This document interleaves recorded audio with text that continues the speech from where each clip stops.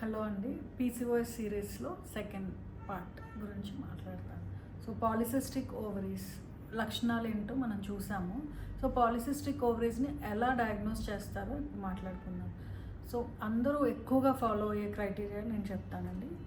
So mostly polycystic ovary డయాగ్నోసిస్లో 3 important features మనం చూసుకోవాలి. ఒకటి ఏంటంటే మెన్స్ట్రల్ ఇర్రెగ్యులారిటీస్, అంటే 2 frequent cycles or delayed periods, అంటే లేట్గా వచ్చే పీరియడ్స్ 2 నెలలకు రావటం, 45 డేస్కి రావటం, 3 నెలలు రావటం, అలా ఇర్రెగ్యులర్ పీరియడ్స్ రావటం, లేదంటే 15 డేస్ 20 డేస్కి రావటం, ఇవన్నీ సైకిల్ ఇర్రెగ్యులారిటీస్ కింద వస్తాయండి.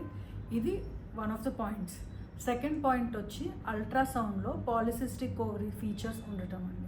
సో అల్ట్రాసౌండ్లో కూడా చాలా మంచిగా డెఫినేషన్ ఉంది. సో పాలిసిస్టిక్ ఓవరీ అనేది ఎలా డయాగ్నోస్ చేయాలో, సో వాటి ప్రకారం మనం అల్ట్రాసౌండ్ చేసినప్పుడు అలాంటి ఫీచర్స్ ఉన్నట్లయితే, సో పాలిసిస్టిక్ ఓవేరియన్ మార్ఫాలజీ ఉన్నట్లయితే, so one of the criteria satisfy అయినట్లు. సో 2 క్రైటీరియా అయిపోయాయి. సో థర్డ్ క్రైటీరియా వచ్చేసి హైపర్ ఆండ్రోజెనిక్ స్టేట్లో ఉండటం, అంటే ఎయిదర్ క్లినికల్గా కానీ ఆర్ బయోకెమికల్గా. అంటే మన క్లినికల్గా అంటే మనం చూస్తే తెలిసిపోతుంది, అన్వాంటెడ్ హెయిర్ ఎక్కువగా ఉండటం వాళ్ళకి క్లినికల్ హైపర్ ఆండ్రోజెనిక్ స్టేట్. అంటే అన్వాంటెడ్ హెయిర్ యూజువల్గా మేల్ హార్మోన్ ఎక్సెస్గా ఉండటం వలన వస్తుంది. లాస్ట్ వీడియోలో మనం చూసాము.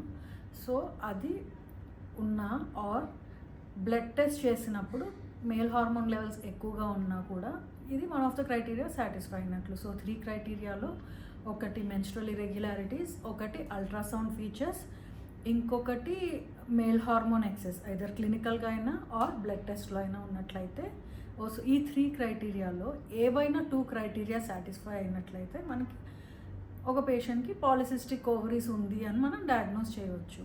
సో అందరికీ అల్ట్రాసౌండ్ నార్మల్ ఉన్నా కూడా పాలిసిస్టిక్ ఓవరీస్ లేదు అనుకోవడానికి లేదు, ఆర్ ఓన్లీ అల్ట్రాసౌండ్ ఒక్కటే ఉండి వేరే ఫీచర్స్ ఏం లేవు అంటే పాలిసిస్టిక్ ఓవరీస్ ఉంది అనేసి కూడా రాంగ్ అండి.